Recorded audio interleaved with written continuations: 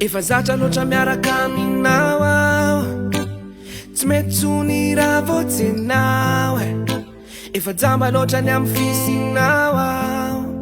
tena lafatra loatrany manembola raha voatseho enao tiako, ny anaranao foana no tantaraiko, ka ho lazaiko anao fa za tsy ala aminao aminao za faly, aminao za love,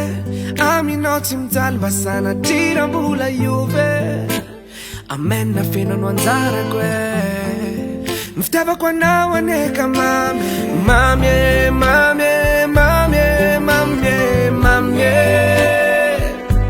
ny fitiavako anao tsy olany raha mbola tsy ampy de mbola piko enao tena tiako fa ohatrany tongo malane le tsika mifampitatana eny an-dalambe, tsika roa samy nankafide samy nankafafiny tena mbola tadidiko tiako enao ka mavelo za iteny mamiko enao averiko mienombe, aminao malala ihany no masamy teno e tena ty, aminao za faly, aminao za love, aminao tsy mijaly mba sanadriram-bola iove, amena fenano anjarako ny fitiavako anao aneka ny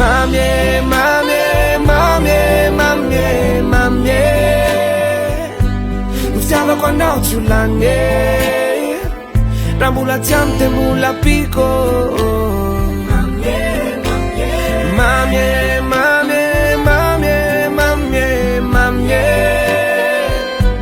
ny fitiavako anao tsy olany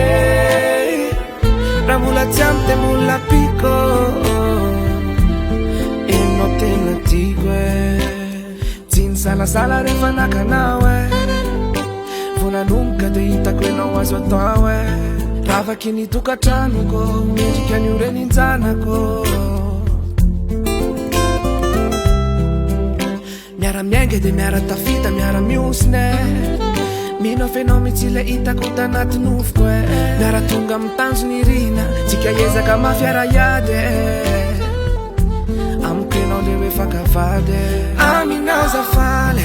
aminao za love, aminao tsy mijaly mba sanadriram-bola iove,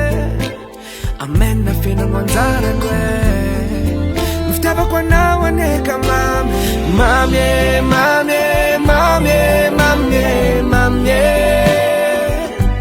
fitiavako anao tsy olany raha mbola tsy ampy de mbola piko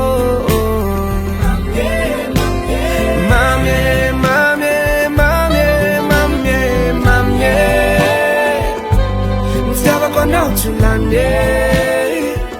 raha mbola tsy ampy de mbola piko